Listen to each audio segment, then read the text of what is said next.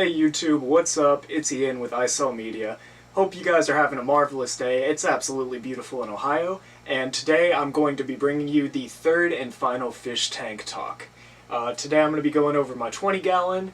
As far as maintenance goes, it's similar enough to the 10 that I won't really get into it, but I'll be talking about pest snails, Angelfish Care, and just having a decent-looking community tank in general. Even though it's really not that decent because I've got a pest snail outbreak, but yeah, we'll get to that when we get to that. So as far as my 20-gallon tank goes, it's a standard 20-gallon tall. I've currently got one angelfish, a molly, and then 3 panda cories, and the panda loach that is currently in the 10-gallon right here will soon be going into there once he gets big enough that I know Koi the angel will not eat him.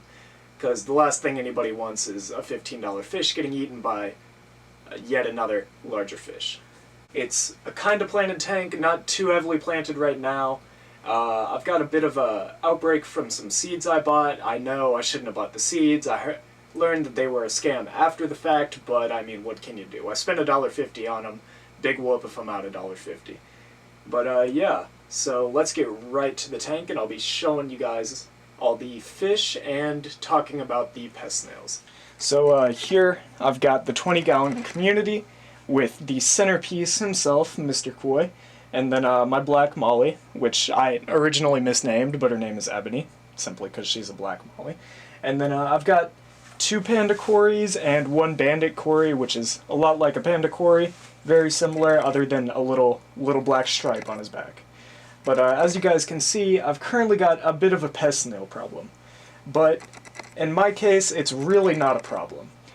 This tank was covered in algae not too long ago, and then I added 1 bladder snail that came as a pest snail with some of this Barcopa right here, and the rest is history. Pond snails can reproduce asexually just like pest ram's horn snails, and I'm just kind of letting him do his thing, and hopefully I'll be able to make a couple of bucks off my pond snail collection in the future. Now, I know I'm going to piss a lot of people off by having an angelfish in a 20-gallon. But let me explain the situation. I originally bought him and another one as a breeding pair, probably 2 years ago when they were the size of dimes. Absolutely tiny angelfish, and I've had him ever since, and now he's growing into this big, beautiful angel, and I can't bring myself to part with him. But there is a 30-gallon tank possibly in the works, but I'll get to that when I get to that. I currently don't really have much space up here, as you guys can see, so the 30 gallon's a bit of a project, but I found one for free, and I'm hoping that I can upgrade them here soon. But as far as my pest snails go, I'm honestly just letting them go.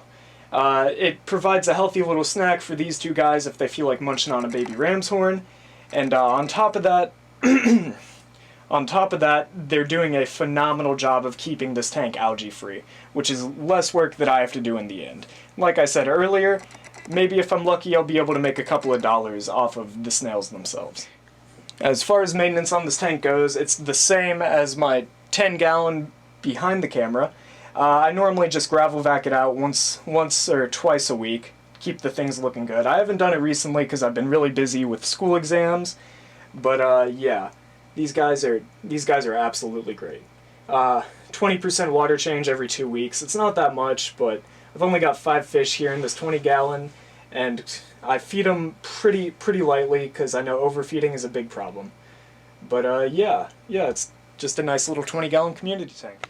Now, as far as my Angelfish Care goes, it's real cut and dry.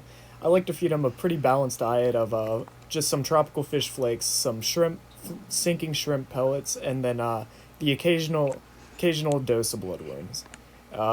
He seems to enjoy the bloodworms and the pellets the most, so I normally feed those heavier than I do the flakes, but they're always there as an option for him if he wants them.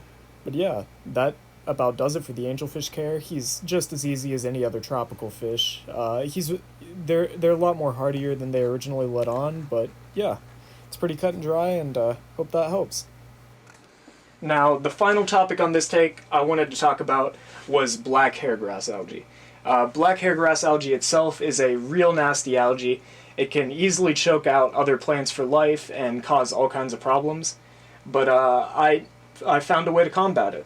I normally, when I do have an outbreak of the black hairgrass algae, I'll normally dose 3 times with this algae fix right here, as well as cut my light back to 4 to 5 hours a day. Doing so starves the black hairgrass algae for nutrients, and then the algae fix just kind of kills it off. And then after that, I'll go in with a toothbrush, brush down my plants, pull off as much as I can, and normally it does a good enough job of keeping it at bay that I don't have to worry about it.